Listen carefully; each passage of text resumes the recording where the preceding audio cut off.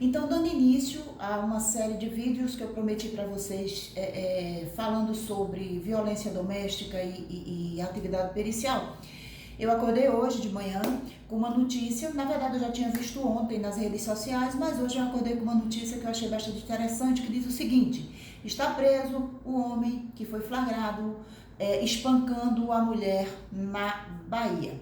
Essa história ela vem sendo divulgada há dias nas redes sociais e nos jornais aqui no Brasil, e realmente é indignante, indigna qualquer pessoa a forma como aquele indivíduo, aquele criminoso, trata aquela mulher, né? No meio da rua ele não se acanha, ele agride, espanca sem a menor cerimônia, e mesmo na presença de testemunhas, né? Mas ele ameaça, ele se acha o fortão, o bonzão, e ele não se intimida em momento algum.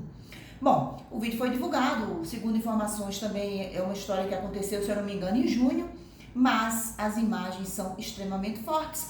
Vocês podem inclusive assistir o vídeo anterior que eu postei, que embora seja bastante chocante, é importante que a gente divulgue esse tipo de situação. Bom, ele se apresentou à polícia, né?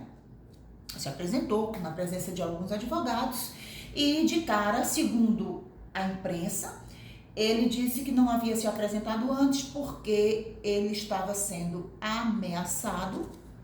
Tem medo, é? Quer dizer que o senhor tem medo. Medo de quê? Medo de quê? Medo de ser agredido também, fisicamente? Medo de morrer? Mas o senhor pode agredir as mulheres, porque é covarde, né? Agride mulher. Interessante, gente, é que, segundo a imprensa também, já existe... esse homem tem, no mínimo, 11 boletins de ocorrência. Ou seja, ele é um agressor em série. Na maioria das situações, ele agride mulheres, incluindo a própria mãe. Então, é um covarde, é uma pessoa que realmente tem distúrbios de personalidade e precisa ser tratada, e precisa ser criminalizada, precisa ser preso. Precisa responder por esses crimes. Aí a gente se pergunta também, por que aqui no Brasil a gente é tão bom com essas pessoas? Como é que uma pessoa que tem 11 boletins de ocorrência por agressão de mulheres, ele continua solto? A gente está esperando que ele mate alguém, né? Para ele pegar alguns anos. Eu não tô aqui criticando a polícia não, viu, gente? Não tô não, de forma alguma. Eu critico a legislação brasileira.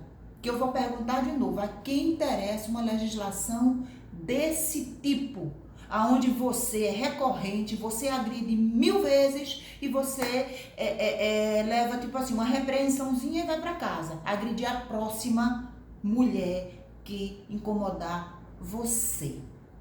Bom, finalmente ele está preso. Ele fala também que eu anotei aqui algumas coisas, que ele fala que tá arrependido, né? Porque apareceu na mídia, né? A mídia está criminalizando o cidadão, né? Ele só agrediu a mulher porque ele perdeu a cabeça.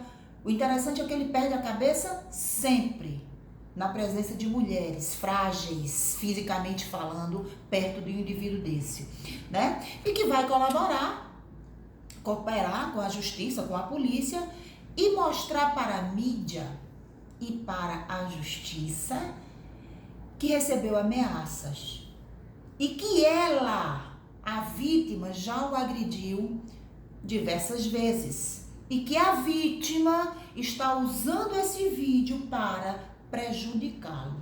Ou seja, ele quer mostrar para nós, não é só para a mídia e para a justiça não, meu amigo. Você precisa mostrar para nós, cidadãos brasileiros, cidadãos de bem, a sua versão. Embora o vídeo fala por si só. E aí, pessoal, o que é que eu quero falar de perícia, né? Porque eu fico falando da violência, vou me indignando, vou me irritando e é complicado, eu tenho que me controlar. Mas aí, o que é importante a gente falar para vocês nesse sentido? É muito importante que a gente denuncie. As vítimas, elas precisam denunciar esse tipo de agressão. Nesse caso, há uma filmagem, mas na maioria das vezes não há.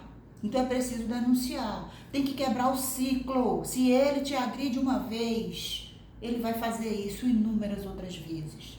Não se iluda, quebre o ciclo, denuncie.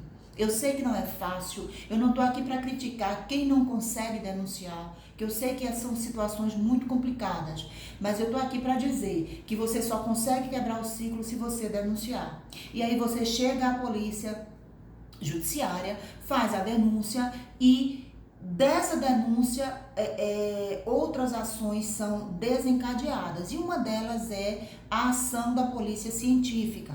Uma das perícias que são indispensáveis nesses casos são as perícias traumatológicas. O que é uma perícia traumatológica? Ela existe para se caracterizar a agressão. No caso desse vídeo, normalmente, naturalmente, essa mulher, ela deve ter ficado muito machucada, o rosto dela, dada a violência com que ela foi agredida.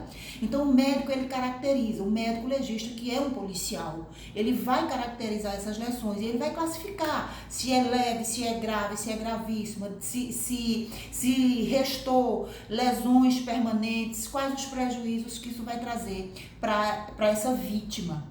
Então é extremamente importante que toda vítima de agressão ela seja submetida a uma perícia traumatológica para que fique configurado. A gente sabe que no Brasil nem sempre está disponível esse tipo de serviço, mas se houver essa disponibilização, é importante que a vítima tenha acesso a esse serviço, porque normalmente esses indivíduos, esses criminosos, eles negam.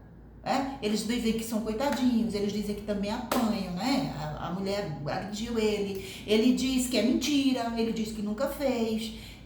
Quando você tem a perícia configurando a violência, aí ele não tem, ele vai negar, mas é um elemento de prova, que a gente chama de prova material, que vai ajudar o Poder Judiciário, no caso o juiz, a decidir com mais certeza de qual a medida será adotada. Então, a perícia traumatológica, ela é direcionada para esses casos, também existem outras situações, mas esses casos nós usamos muito, porque eu vou repetir, as principais vítimas desse tipo de violência são nós, as mulheres, crianças, adolescentes, idosos, entre outros grupos vulneráveis. Então, o IML, o Instituto de Medicina Legal, ele trabalha, depois eu posso falar para vocês um pouco mais sobre esse trabalho, que é extremamente interessante e tem uma relevância social muito grande, diga-se de passagem.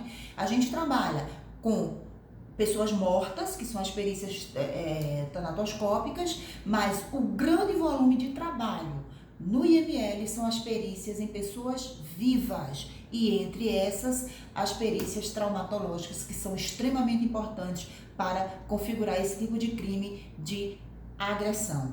Então, no próximo vídeo eu falo também, vou trazer um outro caso para que a gente faça a contextualização e falar de outros tipos de perícia. No caso da perícia médico-legal, a perícia traumatológica é extremamente importante e, havendo necessidade, pode ser solicitada também outros tipos de perícias criminais, por exemplo, numa análise das câmeras de vídeo, análise de um celular ou outro. É importante, às vezes, juntar outras provas para configurar o crime e facilitar o julgamento do crime, ok? Beijo para vocês, espero que tenha contribuído. Um abraço.